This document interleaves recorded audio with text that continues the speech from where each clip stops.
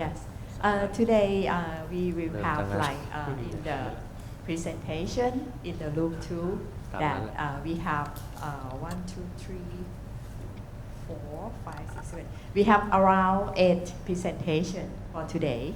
Yeah, and we will start with the first one. May I introduce myself a little bit? I'm the associate professor Sirirat. Thai name Sirirat. เป็นแสงสี Yeah. I come from King Mongkut Institute of Technology ลาดกระบัง that near Suvarnabhumi Airport. Yeah, not far from that. Yeah, I'm very glad to have you here for today. That we have presentation. From like international part, and we will go with the first one that is, so I write your name so I can spell very correctly, like Chu Hanqin, right? Yes. Yeah, the dean and the professor from International School of Cultural Tourism, Hangzhou City University, and the topic is the future of online education.A Chinese perspective. Please welcome. Thank you very much. Good afternoon, everyone. It's my true pleasure to be here to speak regarding the future of online education, a Chinese perspective. First of all, as we have been hearing a lot of interesting talks and presentations from our keynote speakers and from our organizers, that online education with the digital economy, I believe we often say, like it or not, it is already happened. And it is happening and it will continue to be so. That's my true belief in the future of hospitality and the tourism education. Particularly, I'm naturally born in China and raised in China and studied for my undergraduate at the Hanqin University in China and one overseas at the University of Waterloo to study for my master and my Ph.D. at the University of Hanqin, and then worked at the Hong Kong Poly for 25 years. And then I was very fortunate to be able to return to my alma mater university where I had my first degree education, Hanqin University, and then serving as the dean and distinguished professor there for one term. And then I was again invited back to my hometown where my ancestors, my parents' generation was brought up and was born and brought up in the Zhejiang province. So that is a bit of a history of myself, and also more importantly, I see myself being on the hospitality and tourism journey for almost 40 years. So I'm very happy and I'm very fortunate to be in the position to do the job I really like. So I'm saying in this whole world, one thing you should feel most grateful is that you can go to work every day to say, this is exactly what I want to do in life. And also, I often share with my junior colleagues, I have quite a few here, and of course my senior professor. So if I had to choose what I do for living, what I do as a career, I would say I would choose exactly what I'm doing now. Being a teacher, and being a mentor, and being an advisor to many students and the faculties, and to myself, how we can become better every day. So that is my true passion. For the past 10 years or so, ever since I was working at PolyU as a tenured professor and led the whole group, developed the MicroMaster. As I shared with you at our plenary sessions, I still remember the time why I was given this job and why I was so passionate after 3 months of deep thinking. I still remember that day when Alex, the vice president of Alex back then, Cassie Pugh, came to PolyU and saying, would you like to do MOOCs with Alex? And then my president, my dean would say, wow, this is innovation, and this is something new. Nobody knows what MOOCs was all about 10 years ago. And then my president and my senior management, including my own dean, saying, well, Professor Chu, probably you are the person who should pick up this task. I said, why me? And then nobody wants to learn new things. Everyone wants to be in their comfortable zone. I was not exceptional. I said, why should I learn all these new things? Why should I become the pioneer of being online teaching? I don't think I'm good at it 10 years ago. And then I was, I was asked to do this job. Of course, I'm an employee. I'll do whatever my boss tells me to do, right? That's the basic career ethics. And then I thought about it. I said, well, I will think about it. Give me some time. Then I started traveling around the world, visiting a lot of people. I talked to my professors and colleagues. Why should I do it? How should I do it? And then I was on this, I still remember KLM flight. And I saw this movie, The Interns. I think how many of you have seen this movie called The Interns? I can see many of my audience saying, yes, we did. One thing I learned from that movie is I invited my professor saying, let's watch this movie together. Professor Jenkins, who was my Ph.D. advisor and my mentor, my friend, my colleague now. So this retired guy in his 70s, I think, at least, and having such a good retirement life. And one day, he saw these ads.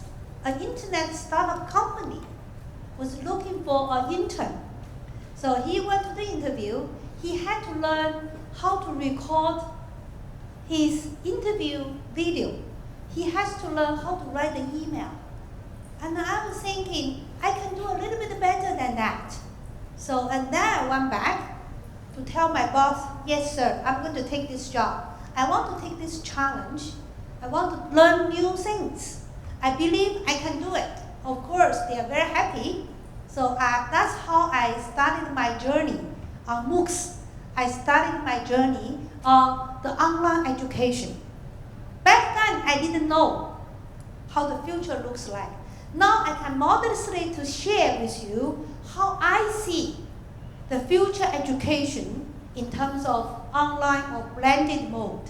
So that is what I have prepared for all of you today. I think this is something so close to my heart and so close to my mind.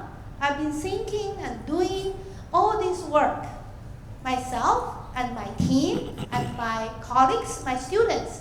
We are on this journey together. We have to learn new things. We have to make sure how we can benefit from the digitalized society. How can we make the best out of it? All these internet resources. That's why we are here today, right? We are here to exchange new ideas. We are here to exchange blended way of teaching and learning. So there are many, many benefits we can learn from the online mode if we do it right.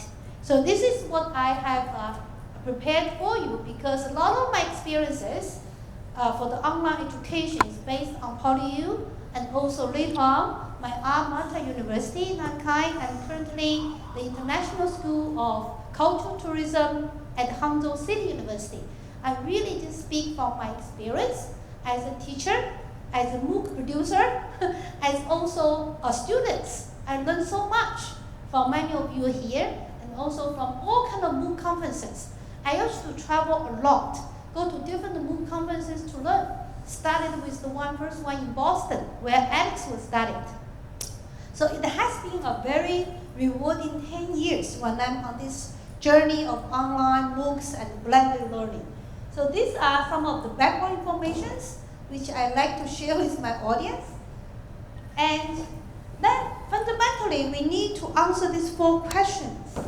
How to solve the equality of education resources? I myself benefited from the China's open door policy. So I'm a strong, advocate for all these government policies in China because I am the one who benefited from the open door policy and was in the earliest group of going to universities in China, and that I was very fortunate. But where I was brought up, it was in the remote area, very, very small city. You could not even find it in the China map. But if you look closely, it's at the border of Yunnan province and Sichuan province up on the mountains called Hanzhou. Back then it was called Dukou.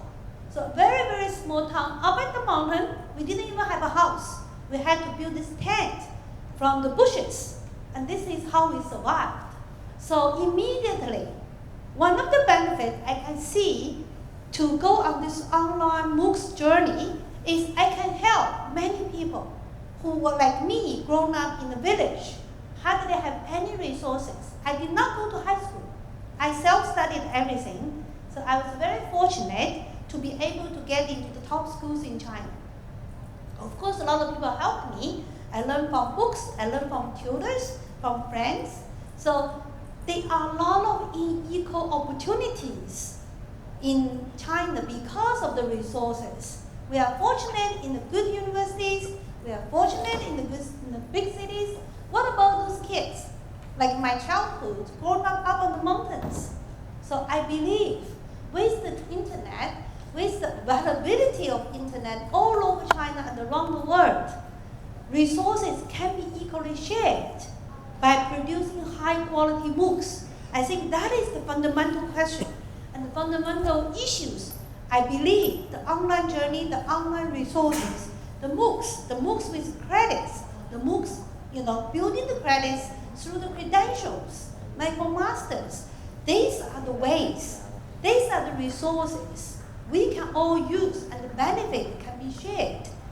I often share with my colleagues and friends around the world to say bikes can be shared, hotel rooms like this can be shared. Why not education? There are a lot of educational resources can be shared, like Classroom Central. The gentleman was sharing with us. He's putting all the courses through different platforms into one center point to be distributed to others, to share the information with others. These are all part of the online resources. So I believe the issue we may consider, there's a big, very, very grand ambition here. I believe all of us sitting in this room wanted to share our resources to solve some unequal resource issues around the world. Okay, particularly like a country like China, Indonesia, we're on different time zone. We are lacking of source resources, good quality teachers in many remote areas. I believe online education will take us further and further on that journey. And the second is insufficiency of teaching staff. If you look around, I often share with my colleagues now, saying if you look around, I've been working and studying in quite a few schools. I was in a very fortunate position to be able to study in North America and in Europe, where I did my Ph.D. in UK, and now sabbatical in the US, I'm working in Australia. If you think about it, all the schools, including the Ivy League schools in the United States, and Cambridge and Oxford and all the top schools, probably they are in a better position in terms of resources. What about others? What about some local schools? I know a lot of schools, because my PhD students work everywhere around the world, and then they often tell me, we don't even have a budget to travel to come to China to see you, to give a seminar. It's the same everywhere around the world. No schools, no organizations will get funding forever. So how can we solve this insufficiency of teaching staff from using and benefiting from the online resources surrounding us, right? There's so many books available. There's so many resources available on YouTube. So these are the resources. We can put them together and then give them some weight and credit in it, and then use them for teaching and learning. And then also how to operate constrained budget. I shared with my colleagues, Professor Han shared with me today, I want to go to a conference. And then, but I have class. I said, well, have you thought about it? You have built MOOCs already. You may use some MOOCs to accompany your students to learn online, that you can attend international conferences. So those are the ways we can reduce some resources constraint. We can have our teachers to teach 10 courses concurrently online, right? So if you pre-made your courses into MOOCs, you can do so many things with it. So these are some of the thinking around this line of online education. And then, now we all live in the knowledge society. Every day there's so many things changing. My professor is still learning WeChat with us every day. When he's traveled with us, I said, when I call you, you can pick up the phone without paying extra charge. Because he's using the UK phone. You can try to learn WeChat. It's free. As long as there's a Wi-Fi, now he can talk to us through WeChat. So all these are benefited. All our life are benefited from lifelong learning because of the availability of online and technology advancement. So these are the ways I think we can put ourselves at least on the blended mode of journey for learning and teaching. But of course, I'm a strong believer in online learning. So because I've been on this journey starting 10 years ago, not too soon from you guys, but I'm sure one way or the other, all of us as teachers, as students, can benefit from all these MOOCs or online learning and teaching resources. So here are the 3 ways I would like to share with you some of the developments which, based on my limited understanding on global online learning, we'd like to do a review. And then, what about, of course I can talk here hours and hours. I used to teach 9 hours non-stop. But I think every speech has a focus. I would like to share with all of you our experiences in China in terms of online education. And then certainly, I would particularly like to share what I'm doing every day together with my colleagues. There are 6 of us are here. We are all doing online courses. So I'll just tell you what we're doing, what we are challenged about, what are our challenges and opportunities. So, and then they may not agree with me, but they are doing it. So these are the things I have prepared, some of our practices. And I'm sure I'll be more talking at the broadly macro level. My colleague and the Professor Han will probably share with you on specifics. So as a team, we'd like to share with you what we're doing on daily practices. So I guess as many of us have been probably aware, is how we moved from MOOCs 1.0, starting from just a few leading professors around the world, producing some videos. And then we call it popular courses. You can get a lot of attention online, you can get thousands of students overnight, and then that's based on one particular knowledge. For example, how to bake a potato, or how to do a popular dish. Anything popular, anything some kind of public figure speaks on it, or any leading professors from Harvard, MIT, just talking about one concept and then make a video and put it online. So that is how we make it available. It's a massive. Suddenly you generate hundreds and thousands of learners. And then it's really coming from every discipline, and then also well-known professors. And also it's a micro videos, few minutes. So that's how MOOCs was started. Okay, and then called massive open online courses. It has to be huge numbers of participants to sign up. Just look at you. Maybe just look at a few minutes. And then the second stage, MOOCs 2.0, is project design or problem solving. That you may have a course with probably a few hours, and then particularly addressing how to do a consultancy project for the hospitality industry.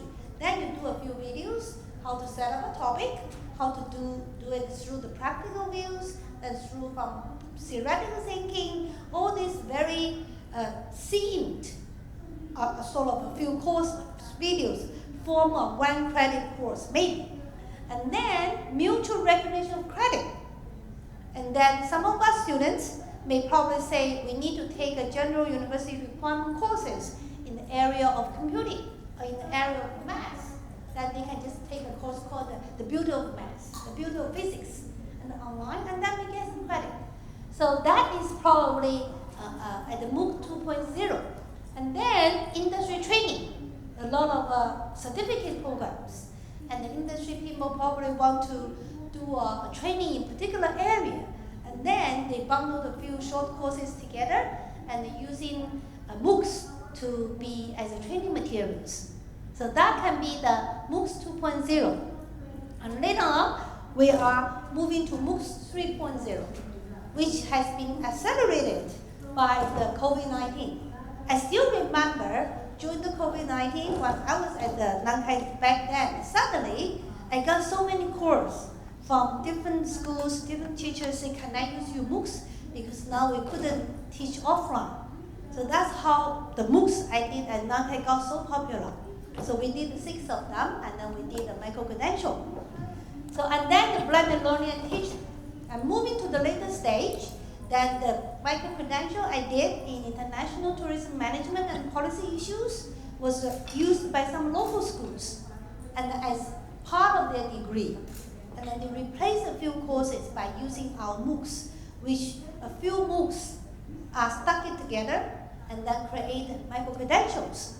I would say that is more recent. And then thirdly, I have noticed it is happening recently, it's sort of interdisciplinary.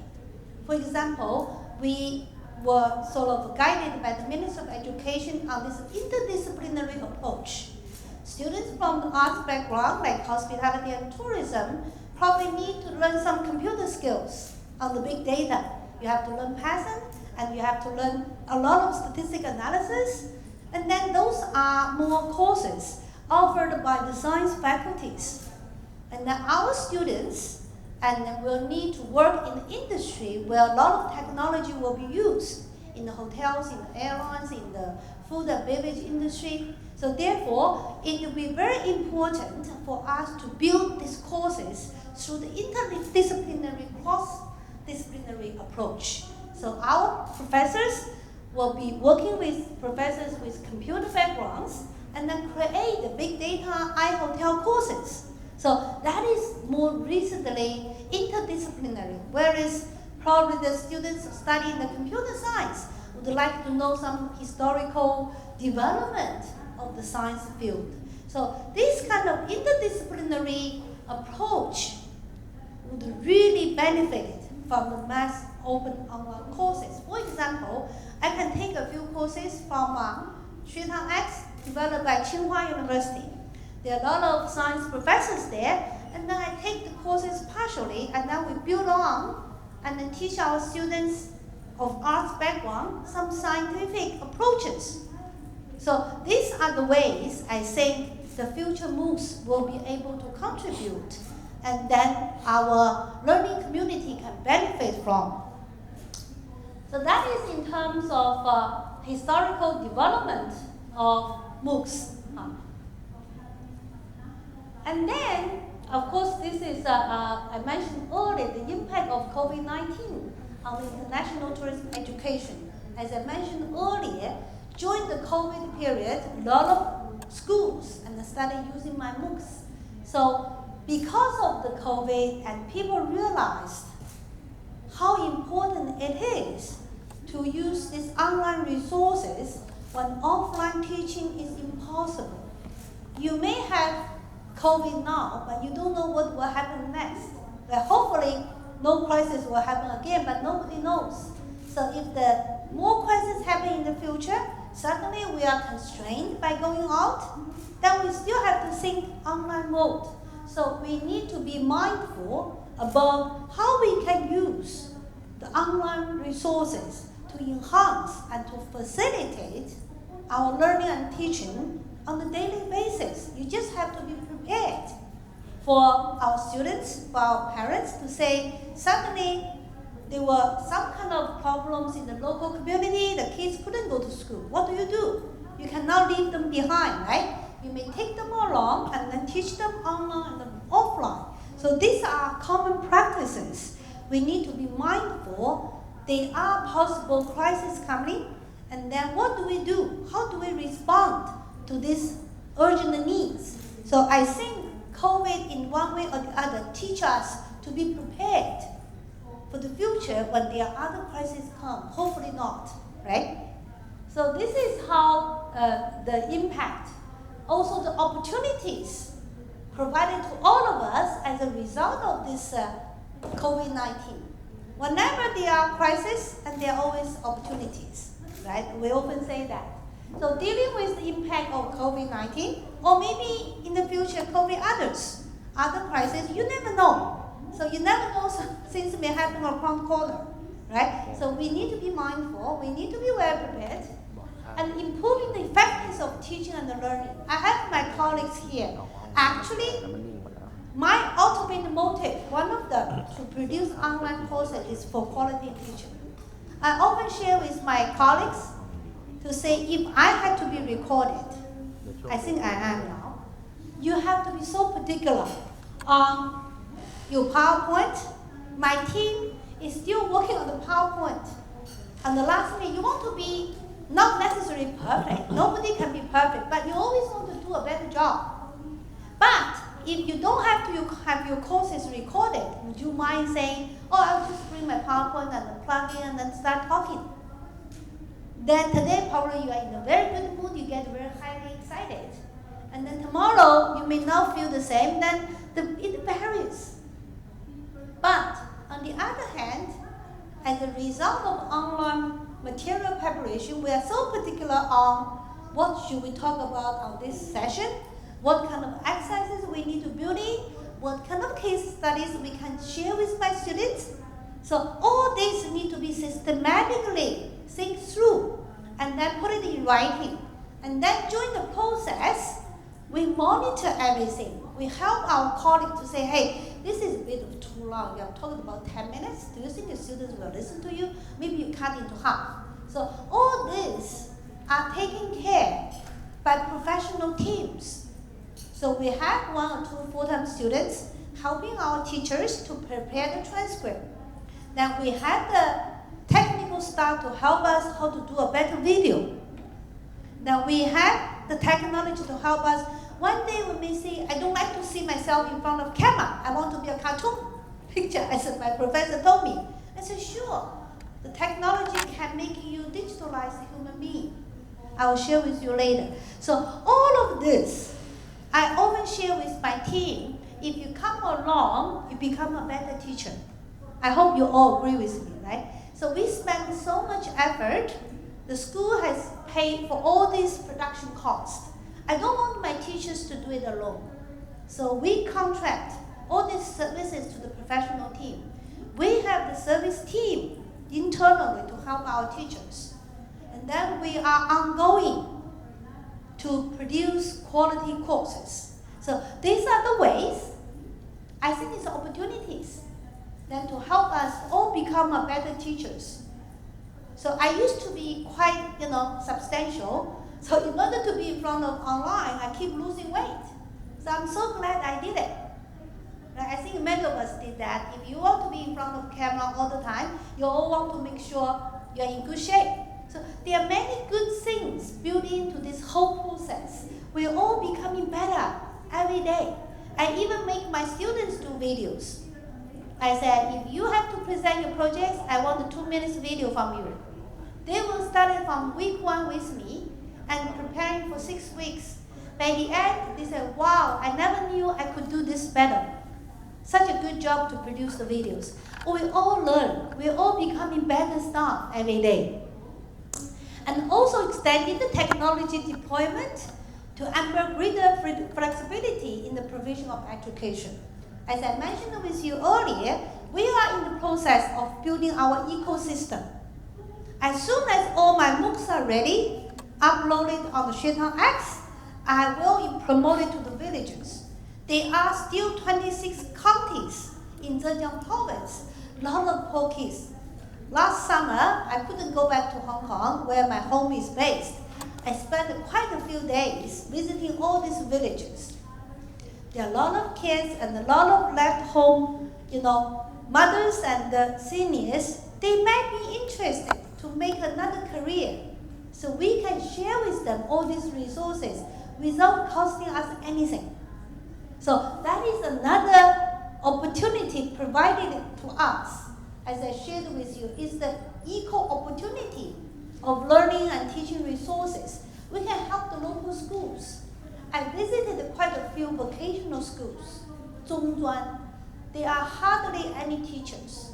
If I can do these courses systematically, I think we are. There are 20 of them almost ready to go. I will just go to the village and then tell those vocational schools, let's do it together. Give me 1 or 2 teachers. Let's share. So bring him or her online and then use our sources. We do the teachers training. Let them use our courses. Help the local community. I think these are all meaningful opportunities presented to us as a result of online education. And also providing wider access for learning, for learners, and to the new markets for the providers. So we are talking about coming to the Southeast Asia. I thought I was given an hour. Okay, so I'll move quickly. Yeah. So all these are opportunities and provided to us. And of course, there are challenges. Okay, so how can we sustain? What is our financial model? Everywhere I go, I was asked this question. So internet and information communications, you must have a high-speed internet. Without internet, none of us can do it. And the custom and practices, online teaching, offline teaching, or hybrid mode, and also perceptions and barriers, constraints, resistance. I shared this question earlier. There's still a lot of school teachers say, I don't want any changes. I'm happy with what I am. Well, it takes time for change. And the switch from lecture-centered to student-centered learning. So not all the students can learn a lot of materials online. We become facilitators. We are not just teachers anymore. We are the resource generators. We're helping the students to have a better learning environment. And also intellectual properties. I was talking to the Class Central founder saying, how would you get permission to mobilize other courses to your platform? So these are all the intellectual properties we need to be fully aware. And then the second part is Chinese experience. So our experiences of online education. So this is the historical development of the MOOCs.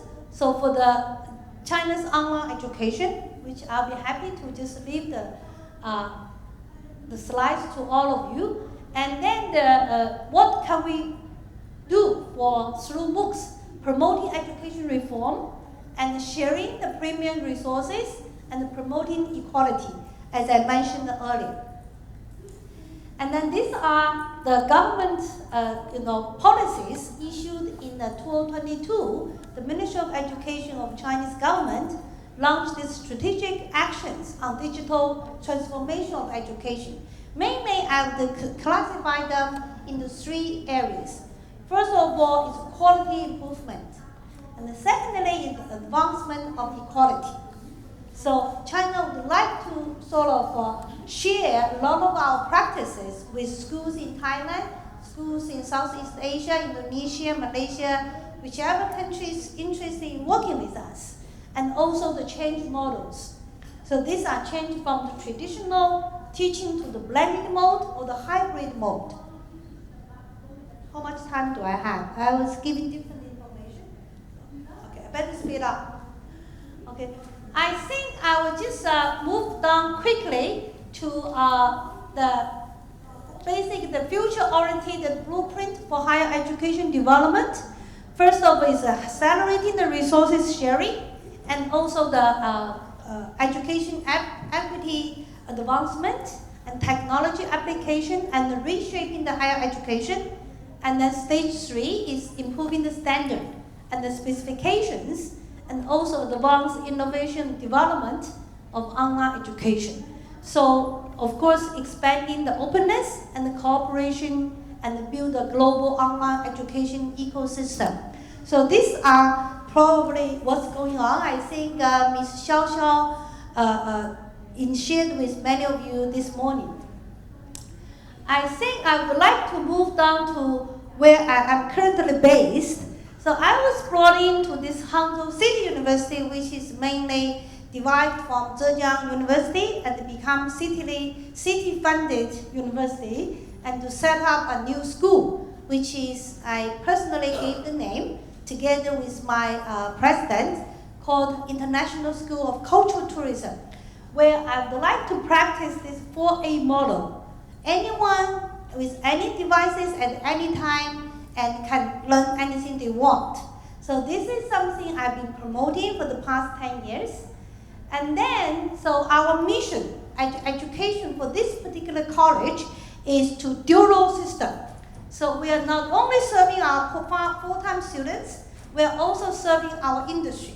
So we are building this dual system together. Eventually, we are doing all of this through the hybrid mode. Micro-credentials, micro-masters, and also executive development programs through the hybrid mode. And then, why are we doing this? We like to see ourselves helping the industry, supporting the industry, whereas we like to see the industry appreciating what the education sector is doing. It's a mutual beneficial approach. So we like to serve to our community. We like to fulfill our social responsibilities, to build the talents through this kind of dual system. So this is what I proposed when I joined this new college.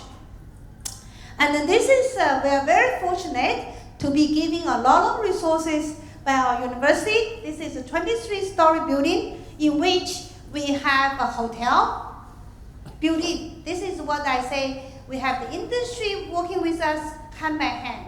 The hotel will become the lab, the laboratory for my students and the teachers to practice. So, and then these are the specifications of the hotel project, and was contributed by the local hotel group. And then this is the hardware we have built. We have contracted all our MOOC production services and by the very leading company called Hanqin. They have done so many courses, and they are very quality company. I really like them. And then X is our platform where we load all the courses to make it available to all. And our little CyberU little apps to help our industry people and to help our students when they are with the industry, and then they can just watch it on their mobile phone. And then we are building these tourism labs with these new buildings. We are creating 4 types of different labs for research and teaching and learning. And then we are using this software version 1.0 up to 3.0. We are keep updating every day, and then eventually, and then we are in the process of signing a contract with X, building this online Silk Road school. So probably we'll be able to see you again here in Bangkok. And then we are hoping to do this bidirectional internationalization of our school, our students, and our faculties. And then these are the equipment. We have hardware available in our college, and these are the X platform. We have about 20 courses go live no later by the end of this year, okay, including our micro-credentials. And then these are our little CyberU I mentioned earlier, and these are the labs, the research labs we are building at the moment. And these are the specific courses. As you can see, we are color-coded, meaning that those in green color are 100% available online. So they are in total 15 here, plus another 5 included in our micro-credential project. And then we are moving from 1.0 to the 2.0, in which as soon as students, our colleagues finish their first 1.0 version of content development, then we are moving more sort of technology-driven and remote recording, and also the digital human being. So this is all ongoing in our 20 MOOCs production. Okay, and then finally, I think this is where we were 2 months ago in Indonesia to work with the local universities to exchange and mutual recognition of our micro-credentials. We are hoping to build the first Silk Road School, either in Indonesia or in Thailand. And then, finally, we are all very much concerned about how can you ensure the quality of your MOOCs. So this is the paper I wrote and published in a very good journal regarding what we do in terms of different states. What are the things you have to do in terms of research content development, which means we are currently developing our content of the courses, and then how we can sort of like ensure the qualities. So this is the form we have sort of like hopefully to use the courses to internationalizing our course content and our collaboration and also our partners around the world, particularly in Southeast Asia. Finally, thank you very much for listening. I hope I kept the time right. I did put a timer here. So thank you very much for listening. Yes, thank you very much for a very, very impressive presentation. Yeah.